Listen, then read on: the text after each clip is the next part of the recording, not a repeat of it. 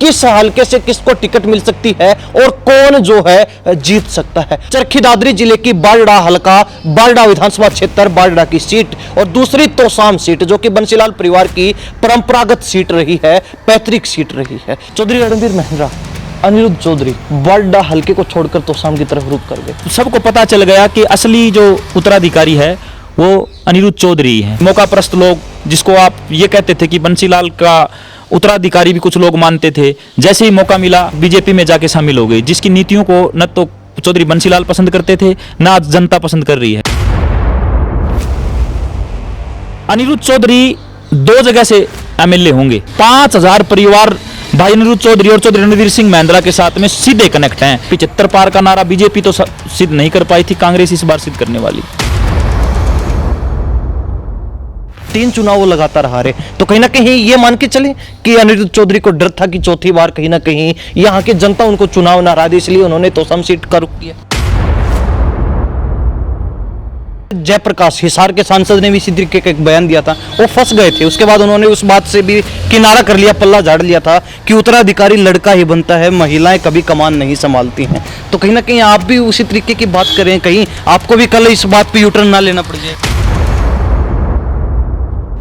किरण चौधरी वहां से sitting MLA है, लगातार चुनाव जीतती आ रही हैं, लगातार विधायक बनती आ रही हैं, तो तोसाम की जनता क्या लगता है किरण चौधरी के खिलाफ जाएगी, किरण चौधरी से दूर जाएगी? तोसाम की मैं गारंटी के साथ लिख के देता हूं कि श्रुति चौधरी कोई भी आए, अनिरुद्ध चौधरी का कहीं भी कोई मुकाबला नहीं है। बगावत भिवानी महेंद्रगढ़ लोकसभा सीट पर भी थी, उसके बावजूद तोसाम से चौधरी धर्मवीर सिंह फिर जीत के निकले। और लोकसभा चुनाव में अगर भाजपा जिस सीट से जीत के निकली है, तो आप ऐसा कैसे मान सकते हैं कि विधानसभा में बीजेपी वहां हार जाएगी? नमस्कार, स्वागत आप करें न्यूज़ 24 पर। मैं प्रिंस लांबा, मेरे से जुड़े सिंधु के साथ। हरियाणा प्रदेश में चुनाव फिलहाल गर्माता जा रहा है और सभी पार्टियों ने, सभी नेताओं ने अपनी कमर कस ली और ऐसे में कहना कि हर व्यक्ति जानने का इच्छुक है कि किस हल्के से किसको टिकट मिल सकती है और कौन जो है जीत सकता है। आज हमारे साथ खास बातचीत में एक खास शख्सियत मौजूद है, जिनसे बातचीत करवाएंगे और जानने का प्रयास करेंगे कि विशेष 2 सीटें जो आज के दिन हरियाणा प्रदेश में चर्चा का केंद्र बनी हुई है। पहली चरखी दादरी जिले की बारडा हलका, बारडा विधानसभा क्षेत्र, बारडा की सीट और दूसरी तोसाम सीट जो कि बंसीलाल परिवार की परंपरागत सीट रही है, पैतृक सीट रही है। चर्चा करेंगे कि दोनों सीटों पर फिलहाल क्या माहौल है, क्या वास्तव में कांग्रेस जीत रही है या फिर तोसाम में किरण चौधरी का दबदबा अब भी कायम है और बारडा में जिस तरीके से लोकसभा चुनाव में कांग्रेस जीत के निकली, तो उसी एवज में विधानसभा चुनाव में कांग्रेस की क्या स्थिति यहां पर देख रहे हैं। स्वामी संदीपानंद भारती, जिनको स्वामी जी के नाम से जाना जाता है, खास बातचीत में है। हालांकि खुद इनकी बहन भी कांग्रेस के टिकटार्थियों की दौड़ में शामिल है और फाइनल पैनल में उनका नाम बना हुआ है। तो विशेष चर्चा करेंगे क्योंकि अंदर की खबर इनके पास है और अंदर की खबर क्या है वो इनसे जानने का प्रयास करेंगे। स्वामी जी, बहुत बहुत स्वागत है। सबसे पहले तो मैं आपके सभी दर्शकों को हाथ जोड़ के प्रणाम करता हूं और प्रिंस भाई आपका भी बहुत बहुत साधुवाद। आप इस फील्ड में बहुत ही अच्छा कार्य कर रहे हो, ऑथेंटिक चीज़ें पूछ रहे हो और आप दिन प्रतिदिन बढ़ोतरी करते जा रहे हो। इस बात से मुझे पर्सनली बहुत ही ज़्यादा खुशी मिल रही है कि कोई एक युवा जो हमारे इधर हरियाणा में जगह जगह जाकर और अच्छे अच्छे मुद्दों पर चुनावी बात करो या कोई किसान आंदोलन की बात करो, अग्रणी होके और बहुत अच्छा काम इस फील्ड में कर रहा है। पूरे हरियाणा में इस प्रकार का काम कोई भी पत्रकार नहीं कर रहा। सबसे पहला सवाल यही रहेगा, चौधरी रणबीर महिंद्रा, अनिरुद्ध चौधरी बंसीलाल परिवार के बेहद खास, आप बड़े करीबी हैं, कई सालों का रिश्ता आपका है, अच्छा खासा याराना दोस्ती संबंध कुछ लगा लीजिए है। तो अनिरुद्ध चौधरी बारडा हल्के को छोड़कर तोसाम की तरफ रुख कर गए, क्या स्थिति देख रहे हैं? देखिए, ये जो राजनीतिक घटनाक्रम है ये हरियाणा का पूरा राजनीतिक समीकरण चेंज करने वाला है। अनिरुद्ध चौधरी का तोसाम जाना कोई छोटी घटना नहीं है। अनिरुद्ध चौधरी जो तोसाम जो गए हैं वो बंसीलाल का पैतृक अगर बात करी जाए राजनीतिक गढ़ है। और चौधरी अनिरुद्ध चौधरी जो है, जो पिछले दिनों से कईयों के कयास लगाए जा रहे थे कि कौन उत्तराधिकारी है, कौन उत्तराधिकारी है, ये सीधा सबको समझ में ही आ गया कि अब उत्तराधिकारी है कौन। ये सबको पता चल गया कि असली जो उत्तराधिकारी है वो अनिरुद्ध चौधरी हैं। क्योंकि अगर अब हमारे सामाजिक ताने बाने की बात करी जाए तो किसी भी उस वंश में जो लड़का होता है उसी को उत्तराधिकारी बनाया जाता है, बशर्ते अगर लड़की अकेली हो तो फिर उसके बारे में सोचा जाता है। तो सारा जो सामाजिक समीकरण, राजनीतिक समीकरण, सारा का सारा समीकरण जो है वो भाई अनिरुद्ध चौधरी के पक्ष में चला गया है। और ये जो राजनीतिक घटनाक्रम आपने देखा कि मौकाप्रस्त लोग, जिसको आप ये कहते थे कि बंसीलाल का उत्तराधिकारी भी कुछ लोग मानते थे, जैसे ही मौका मिला वो जनता का साथ छोड़ के, जनता चाह नहीं रही थी कि कोई बीजेपी को पसंद ही नहीं कर रही थी, और जैसे ही मौका लगा वो मौकाप्रस्त निकले और वो बीजेपी में जाके शामिल हो गई, जिसकी नीतियों को न तो चौधरी बंसीलाल पसंद करते थे न आज जनता पसंद कर रही है। तो अनिरुद्ध चौधरी का वहां जाना ये कदापि नहीं है कि वो बारडा को छोड़ गई। अनिरुद्ध चौधरी 2 जगह से एमएलए होंगे, मेरा ये मानना है कि 2 जगह से एमएलए होंगे। भाई अनिरुद्ध चौधरी के साथ में जब मैं छोटा बच्चा था, 15 साल का था, तब वो यहाँ आए थे, और जब से हमारे परिवार का उनके साथ में बिल्कुल पारिवारिक रिश्ता है और बहुत ही घनिष्ठ संबंध हैं। ये जो बातें हैं वो जनता के सामने भी हैं, वैसे भी अगर मैं बात करूं तो अनिरुद्ध चौधरी यहाँ से, चौधरी रणवीर सिंह महिंद्रा जो हमारे राजनीतिक गुरु भी हैं, हमारे सम्माननीय भी हैं, और मैं तो पूरे हरियाणा में नहीं पूरे भारत में उनसे अच्छा राजनेता नहीं मानता, क्योंकि उन्होंने अपनी राजनीति की जो भी घटनाक्रम हुई, उनके अनुरूप चीजें नहीं हुई, उसके बाद भी ना तो वो कभी भ्रष्टाचारी कहलाए, न कभी झूठ बोला, न कभी लुभावने वादे किए, बिल्कुल ऑथेंटिक रहे, प्रामाणिकता के साथ में पूरी राजनीति करी। और उसके बाद यहाँ 15 साल लोगों के बीच रहे, और यहाँ के जो परिवार हैं, 5000 परिवार भाई अनिरुद्ध चौधरी और चौधरी रणवीर सिंह महिंद्रा के साथ में सीधे कनेक्ट हैं। चौधरी अनिरुद्ध जो भी काम कर रहे हैं आज हरियाणा की, उसमें आप कभी भी देख लेना, उनकी एक खास बात है, वो वर्कर से सीधा जुड़ते हैं, उनको बिचौलिया पसंद नहीं है। 5000 परिवार का सीधा डायरेक्ट किसी नेता के साथ जुड़ा होना, आप खुद ही अंदाजा लगा सकते हो कि एमएलए कौन तय करेगा। कांग्रेस के दोनों एमएलए यहाँ से बनेंगे, बारडा से भी, तोशाम से भी। हरियाणा में लगभग 75 पार का नारा बीजेपी तो सिद्ध नहीं कर पाई थी, कांग्रेस इस बार सिद्ध करने वाली। जिस तरीके से आपने कहा कि बारडा के 5000 परिवार सीधे तौर पर रणवीर महिंद्रा से जुड़े हुए हैं, 3 चुनाव वो लगातार हारे, तो कहीं ना कहीं ये मान के चले कि अनिरुद्ध चौधरी को डर था कि चौथी बार कहीं ना कहीं यहाँ की जनता उनको चुनाव ना हरा दे, इसलिए उन्होंने तोशाम सीट का रुख किया। नहीं, अगर आप बात कर रहे हो कि यहाँ का डर था, तो अभी आपने रिसेंट जो चुनाव देखा है उसमें कांग्रेस की स्थिति बारडा की दर्शा रही है कि 27,110 वोटों से हमारे जो रावदान सिंह वो यहाँ से विजयी घोषित हुए हैं। आज गली गली में चर्चा है बारडा की, नहीं पूरे हरियाणा में, कि कांग्रेस पार्टी जो है वो चुनाव जीत रही है। यहाँ बिल्कुल सेफ सीट होने के बाद में अनिरुद्ध चौधरी अगर चुनाव लड़ते तो लाखों की अगर जीत होती उनकी, यहाँ से चुनाव लड़ते, लेकिन वो चुनाव तोशाम से लड़ने का समीकरण ही ऐसा बन गया कि वो अपनी राजनीतिक जो विरासत है, जो उत्तराधिकारी की बात जो चल रही थी, वो सारे समीकरण उनके पक्ष में बैठे, और इस सीट में भी पूरा अनिरुद्ध चौधरी का योगदान है। यहां अगर कोई चुनाव लड़ेगा तो उनके बगैर कांग्रेस पार्टी, या बात करूं कि यहाँ की जो कांग्रेस की सीट है वो संभव ही नहीं है, क्योंकि 15 साल उन्होंने ग्राउंड पे काम किया है। 15 साल ग्राउंड पे काम करके उन्होंने 5000 परिवार जोड़े हैं। चौधरी रणवीर सिंह महिंद्रा के समीकरणों की वजह से चुनाव आ रहे हैं, नहीं तो हर बार है ना उनकी वोट की संख्या बढ़ी है। और वहां जो तोशाम जाने का कारण था वो इसी वजह से गए कि वहां उन्होंने जो राजनीतिक अपनी उत्तराधिकारी का वो था वो भी संभालना था। बारडा ऑलरेडी उनका है ही, बारडा के प्रति उनका प्रेम कम नहीं हुआ है, बारडा से वो आज भी उतना ही लगाव है, उतने ही वर्कर हैं, बढ़े हैं कि घटे नहीं हैं। और अगर वो यहां से भी चुनाव लड़ते तो भी जीतते, और तोशाम से भी वो डेफिनेटली चुनाव जीत रहे हैं, क्योंकि वहां उनके सामने टिक नहीं पा रहे, मैदान छोड़ छोड़ के लोग भाग रहे हैं। और उनका जीतने का कारण भी यही है कि उन्होंने जो बात मुख से बोली है वो पूरी की है। आज तक कोई चिकने लुभावने किसी से कोई वादे नहीं किए। अगर कोई काम बस का नहीं था तो वो काम भी उन्होंने नहीं किया, वो बिल्कुल जो बात थी वो की। अब बात करिए आपने कि क्या कोई डर था, इस प्रकार का डर था। अगर डर की बात करी जाए तो किरण चौधरी तो बहुत बड़ी लीडर थी, उनको जाके चैलेंज करना ये कोई छोटी बात नहीं थी।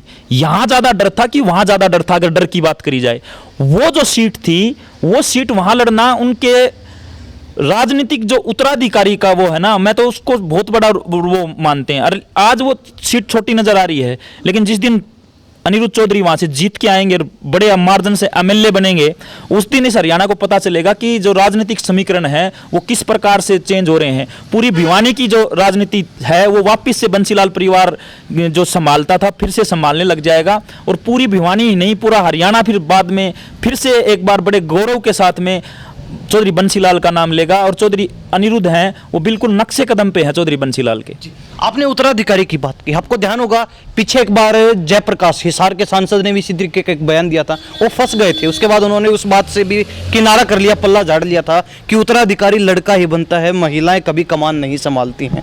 तो कहीं ना कहीं आप भी उसी तरीके की बात करें, कहीं आपको भी कल इस बात पे यूटर्न ना लेना पड़ जाए। नहीं, आपने बात करी है ना जो महिलाएं जो संभालती हैं, मैं आज भी हूँ और कल भी यही बात कहूंगा। यहाँ जो है ना इस बात का यूज किया जा रहा था कि हम उत्तराधिकारी हैं, वहां से इस प्रकार से बात हो रखी है कि भाई वो दर्शा रहे थे कि हम ही उत्तराधिकारी हैं। अब ये सोचने की बात है, जो सबसे बड़े बेटे थे चौधरी रणवीर सिंह महेंद्रा, उनके लड़के हैं, और उधर चौधरी सुरेंद्र सवर की चौधरी सुरेंद्र सिंह जी जो हैं उनकी लड़की है, वो अपने से खुद ही कह रही है कि हम उत्तराधिकारी हैं। यहाँ उनकी तरफ से चौधरी रणवीर सिंह महेंद्रा या चौधरी अनिरुद्ध की तरफ से कोई दावा पेश नहीं किया जा रहा कि हम उत्तराधिकारी हैं। ये तो सामाजिक लेवल की ताने बाने की बात करी है मैंने, और महिला उत्तराधिकारी नहीं हो सकती इस बात को मैं ये नहीं कह रहा। मैंने आपने ध्यान से सुना, मैंने ये भी कहा कि अगर कोई लड़का नहीं होता हो तो फिर ये सामाजिक लेवल के ऊपर ये चीजें होती हैं कि उत्तराधिकारी होता है। होने को तो उत्तराधिकारी जो है इंदिरा गांधी भी हुई फिर जाके, क्योंकि कोई नहीं था, वो देश की सर्वश्रेष्ठ प्रधानमंत्री बनी। तो अनिरुद्ध चौधरी का उत्तराधिकारी जो ढंग जो मैं बता रहा हूं बनने का, उनके बड़े बेटे भी हैं अभी तो वो बात कही नहीं जा सकती, क्योंकि अभी तो चौधरी रणवीर सिंह महेंद्रा ही हैं मैन, तो उनके वो तो कंपेरिजन जब करा जाए तो फिर वह बात है। मैंने राजनीतिक उत्तराधिकारी की बात करी क्योंकि चौधरी रणवीर सिंह महेंद्रा चुनाव नहीं लड़ रहे। स्वामी जी, बड़ी बात यह है तोसाम अनिरुद्ध चौधरी पहुंच चुके हैं और कहीं ना कहीं माना जा रहा है कि उनकी टिकट भी कांग्रेस की तरफ से लगभग फाइनल हो चुकी है। उनके अलावा कोई अन्य कैंडिडेट है ही नहीं तोसाम के अंदर, कांग्रेस के पास इतना मजबूत। दूसरी तरफ भाजपा की बात की जाए, किरण चौधरी राज्यसभा जा चुकी और कहीं ना कहीं किरण चौधरी में कितनी ताकत है, कितना उनका रसूख है, कितना दबदबा है, वो उन्होंने बीजेपी में जाके और जाते ही राज्यसभा में जाके बता भी दिया कि कहीं ना कहीं उनके पास ताकत है, उनके पास पावर है। ऐसे में अब बड़ी बात यह है कि एक तरफ अनिरुद्ध चौधरी कांग्रेस से, दूसरी तरफ किरण चौधरी की बेटी श्रुति चौधरी भाजपा से। क्या मुकाबला देख रहे हैं? किरण चौधरी वहां से सिटिंग एमएलए है, लगातार चुनाव जीतती आ रही हैं, लगातार विधायक बनती आ रही हैं। तो शाम की जनता क्या लगता है, किरण चौधरी के खिलाफ जाएगी,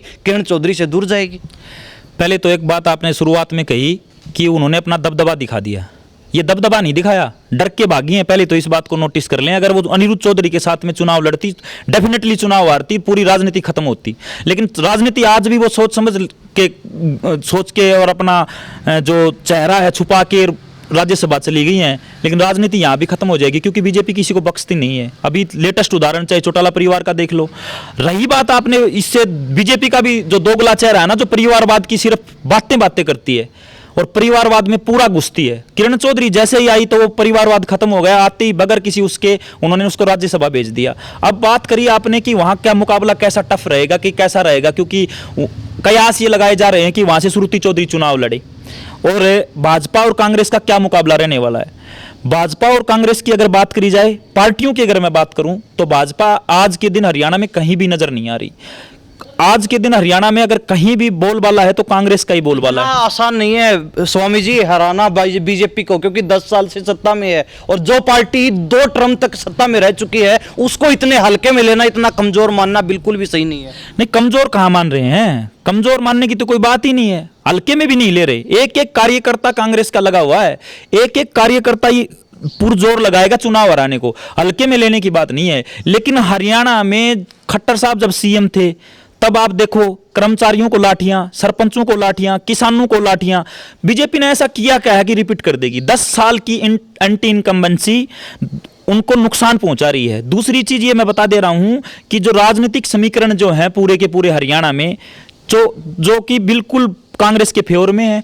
आप कह रहे हो कि वो मुद्दा क्या है, लेके क्या जाएंगे? लेके बेरोजगारी को, लेके भ्रष्टाचार को, लेके साठ गांठ करी जो जेजेपी के साथ में उस बात को लेके जाएंगे। लोग बड़ा ठगा हुआ महसूस कर रहे हैं जेजेपी और बीजेपी से, और ये इस दिन के इंतजार में हैं। प्रिंस भाई, अगर आप जिस दिन चुनाव के नतीजे आएंगे तो आप देखोगे कि बीजेपी की क्या हालत होने वाली है। बीजेपी 10 सीटों पर सिमटेगी, और इस बात को आप रिकॉर्ड रख लेना, 10 से 12 सीट से ज्यादा बीजेपी नहीं जीत रही, और बीजेपी की इस दौरान आपको फूट भी नजर आने वाली है। और बात करी जाए कि मुकाबला आसान है मुश्किल है, तुसाम की मैं गारंटी के साथ लिख के देता हूं, तुसाम की अगर कोई भी राजनीति, चाहे श्रुति चौधरी कोई भी आए, अगर कोई भी आदमी वहां से चुनाव लड़ता है, अनिरुद्ध चौधरी का कहीं भी कोई मुकाबला नहीं है। उसका कारण है, आपकी बात मान लेते हैं, लेकिन कारण भी आपसे जानेंगे जो आप कारण का आपके बीच में छूट गया। लेकिन बड़ी बात यह, लोकसभा चुनाव अभी हुआ, आपने कहा कि बीजेपी की जेजेपी की बगावत है हरियाणा प्रदेश में, वो बगावत भिवानी महेंद्रगढ़ लोकसभा सीट पर भी थी। उसके बावजूद तोसाम से चौधरी धर्मवीर सिंह फिर जीत के निकले, और लोकसभा चुनाव में अगर भाजपा जिस सीट से जीत के निकली है, तो आप ऐसा कैसे मान सकते हैं कि विधानसभा में बीजेपी वहां हार जाएगी, बीजेपी वहां कमजोर हो जाएगी? देखिए, अगर भिवानी और लोकसभा की बात करी जाए, तो अगर बात तोसाम की अगर प्रॉपर की जाए, तो जो कांग्रेस पार्टी से निकाला गया है जिस राजनेता को, जिसका नाम किरण चौधरी, इतना बड़ा भीतरघात किया कि अपने जो इतने लंबे टाइम की राजनीति के बाद में जो वर्कर जो हैं वो हो जाते हैं, वो भीतरघात जो है वो तोसाम से थोड़ी बहुत लीड दिला के गया है। नहीं तो अगर वो भीतरघात नहीं करती ना, तो तोसाम से 20 से 25 हज़ार की लीड जो है रावदान सिंह लेके आते। लेकिन उन्होंने पार्टी के साथ भी भीतरघात भी किया, अपने परिवार के साथ भी भीतरघात किया, और लोगों की भावनाओं को बहुत ज़्यादा आहत किया, और इसी वजह से तोसाम की जो रिजल्ट है वो इस प्रकार से रहा। अब जो समीकरण है वो बदलेंगे, क्योंकि ऊपर का जो वोट है वो आदमी थोड़ा ऊपर की तरफ भी सोच के डालता है। लेकिन अब बात करी जाए कि पहले तो विश्वसनीय जो बात कर लूँ वोटर की, वो वोटर ही वोट डाल पाया। लोगों को अगर यूं विश्वास होता कि यूपी में इनकी इतनी बड़ी हार होने वाली है बीजेपी की, तो रिजल्ट ये नहीं होता। जो फ्लेक्सिबल वोटर है वो वोट बीजेपी को डल गया, जिसकी वजह से बीजेपी 240 सीटें ले आती। आज के उस रिजल्ट के बाद में पूरे देश में बीजेपी एक भी राज्य नहीं जीतने वाली, पूरे देश में बीजेपी की हालत पतली है, और हरियाणा में तो बहुत ही ज्यादा पतली है, क्योंकि हरियाणा को लूटा गया है सिर्फ और सिर्फ भ्रष्टाचार, बेरोजगार, लाठियां, पता नहीं कितने कितने रोज अपराध के मामले में सबसे ऊपर चला गया हरियाणा। दूसरी बात करी जाए बेरोजगारी में, आप आंकड़े निकाल के देखोगे सबसे ऊपर, भ्रष्टाचार में सबसे ऊपर। कोई ऐसा क्षेत्र ही नहीं है जहां बीजेपी ने भ्रष्टाचार, बेरोजगार, अपराध ना किया हो। जी, अब बड़ी बात यह है, बारडा की तरफ रुख करें। बारडा हल्के को लेकर लगातार चर्चाएं चल रही है, सियासी गलियारों में यह बात घर कर चुकी है लोगों के दिल दिमाग पर, मन मस्तिष्क में, कि बारडा महिला रिजर्व सीट कांग्रेस की तरफ से हो सकती है। हाँ, महिला उम्मीदवार को कांग्रेस उतार सकती है। कितने सच माने, क्योंकि आपके ऊपर तक संबंध है, अंदर की क्या इनपुट है? नहीं, ये तो देखो अंदर की इनपुट नहीं है, ये चर्चा तो जब से राहुल गांधी ने अपना पिछले दिनों बयान दिया है, दीपक बाबरिया जी ने कहा है कि हम महिलाओं को जो है वो आरक्षित कर रहे हैं, 80 कैंडिडेट को भी आरक्षित कर रहे हैं, तो बारडा का नाम भी उसमें टॉप लिस्ट में चल रहा है। और टॉप लिस्ट में इसलिए चल रहा है क्योंकि यहाँ जो दावेदारी जो पेश की जा रही है ना, उस बेल्ट में पहले भी महिला एक विधायक रही हैं, और उनको अच्छी खासी जो सिंपैथी थी वो मिली, और वो 55,000 वोट लेके गई। और इस क्षेत्र में बाहरी होते हुए, हाँ, ये बात भी सही है कि वो बाहर से आके वो होगी। तो अभी जो पिछले 5-4 दिन से सुनने में आ रहा है कि बारडा की जो सीट को ना आरक्षित सीट किया जा रहा है, महिला आरक्षित सीट हो सकती है, ये पूरी संभावना है। और बात करी जाए आला कमान की और उसकी, तो लगभग पूरी संभावना जताई जा रही है कि ये बारडा जो विधानसभा की 55 नंबर की जो सीट है उसको आरक्षित करने की पूरी संभावनाएं जताई जा रही हैं। तो ये बात लगभग मैं सत्य मान रहा हूँ, क्योंकि 2-3 पिछली जो मेरी मुलाकात आला कमान के कुछ नेताओं से हुई है, तो वहाँ भी ये चर्चा तेज है। जी, तो किस तरीके से देखते हैं बारडा हल्के में, जिस तरीके से लोकसभा चुनाव में कांग्रेस जीत के निकली, अच्छी खासी लीड पूरे भिवानी महेंद्रगढ़ लोकसभा सीट पर सबसे ज्यादा लीड बारडा में कांग्रेस को मिली। इसके अलावा कई सीटों पर आपको हार का सामना करना पड़ा। तोसाम के आप बता रहे हैं अनिरुद्ध चौधरी जो यहाँ से रुख करके तोसाम पहुंच गए, तो ऐसे में कहीं ना कहीं क्या लगता है, जितने मजबूत रणवीर महेंद्रा चौधरी अनिरुद्ध इस सीट के ऊपर थे, क्या कोई अन्य प्रत्याशी आता, जिस तरीके से आपकी बहन भी सक्रिय हैं बबीता बारडा, तो उनका नाम भी फाइनल पैनल में चला, अगर उनको मौका मिलता है, उनको टिकट मिलती है, किसी अन्य चेहरे को यहाँ पर उतारा जाता है, तो क्या उन जितना ही मजबूती प्रदान कर पाएंगे वो पार्टी? देखिए, इस बात को मैं ईमानदारी से स्वीकार करूं, चौधरी रणवीर महेंद्रा से ताकतवर नेता बारडा के लिए कोई भी नहीं हो सकता, क्योंकि वो हर रग रग से वाकिफ हैं। अगर बात करी जाए भाई अनिरुद्ध चौधरी की, तो वो भी 15 साल ऐसे मतलब हर गांव, हर गली, हर घर, हर चूल्हे तक गए हैं, बारडा की हर उसको समझते हैं। अगर दोनों कैंडिडेट होती है, टीस भी है हमें कहीं ना कहीं उनके कार्यकर्ता होते हुए कि अब जो समीकरण है वो पूरे उनके फेवर में है और वो चुनाव नहीं लड़ रहे, क्योंकि उन्होंने राजनीति से संन्यास ले लिया, चौधरी रणवीर सिंह महिंद्रा। और उधर जो चुनावी समीकरण इस प्रकार से बन गए कि भाई अनिरुद्ध चौधरी को तो साम जाना पड़ गया। लेकिन कोई भी कैंडिडेट आएगा, कोई भी कैंडिडेट अगर कांग्रेस पार्टी का आएगा, यहाँ बारडा की सीट पे कम से कम 60 से 70 हज़ार के मार्जिन से बारडा की जो सीट है वो कांग्रेस पार्टी जीतेगी। और उसमें विशेष योगदान है वो भाई अनिरुद्ध चौधरी और चौधरी रणवीर सिंह के वर्करों का और वोटरों का रहेगा, क्योंकि उन्होंने पिछले 15 साल यहाँ ग्राउंड पे काम किया है, एक बड़ी टीम तैयार की है, 5000 परिवार डायरेक्ट सीधे जुड़े हुए हैं। और मैं सीधे की शब्द बार बार मैं यूज जो कर रहा हूँ प्रिंस भाई, वो इसलिए कर रहा हूँ क्योंकि वो कभी बिचौलिए नहीं रखते, ना चौधरी रणवीर सिंह महिंद्रा रखते थे और न ही अनिरुद्ध चौधरी रखते हैं, वो सीधे डायरेक्ट संपर्क में हैं।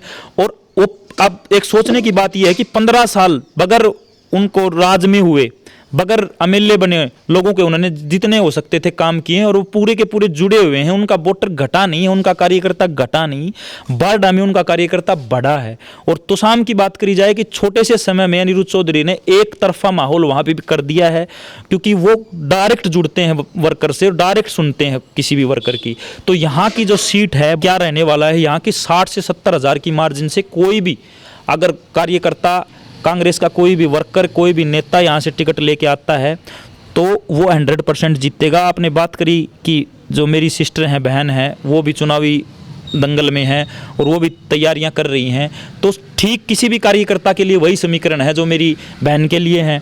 और उनका थोड़ा सा एज इस बात का है कि वो लड़की हैं और वो अभी इतनी शिक्षित होने के बाद, अच्छी पढ़ाई करने के बाद, उच्च स्तरीय शिक्षा PhD उनकी चल रही है, उन्होंने जीवन भर अविवाहित रह के और समाज सेवा का फैसला लिया है और वो पिछले 10-15 साल से कर भी रही हैं।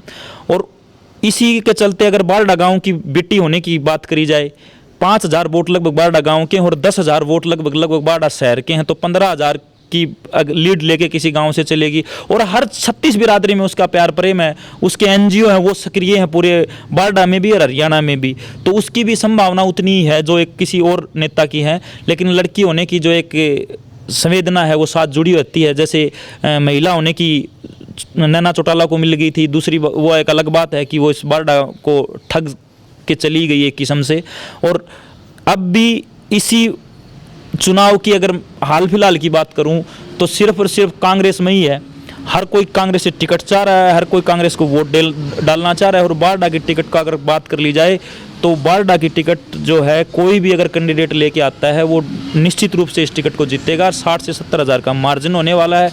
और हमारी तरफ से अगर बात करी जाए तो जो ड्यूटी हमारी चौधरी रणवीर सिंह महिंद्रा और अनिरुद्ध चौधरी की तरफ से लगाई जाएगी उसको बिल्कुल हम निष्ठा से निर्वहन करेंगे, ईमानदारी से पूरा पुरजोर जो पिछले चुनाव में लगाते आए हैं वैसे लगाएंगे और एक एक वोट जो है वो कांग्रेस के पक्ष में डालेंगे। और ये सीट निकाल के माननीय भूपेंद्र सिंह हुड्डा और दीपेंद्र सिंह हुड्डा की झोली में 100% बारडा की जनता देगी। जी स्वामी जी, बहुत बहुत धन्यवाद बातचीत के लिए। आपका भी बहुत बहुत धन्यवाद। आपके सभी दर्शकों का फिर से एक बार हाथ जोड़ के प्रणाम और आप इसी प्रकार से तरक्की करते रहें।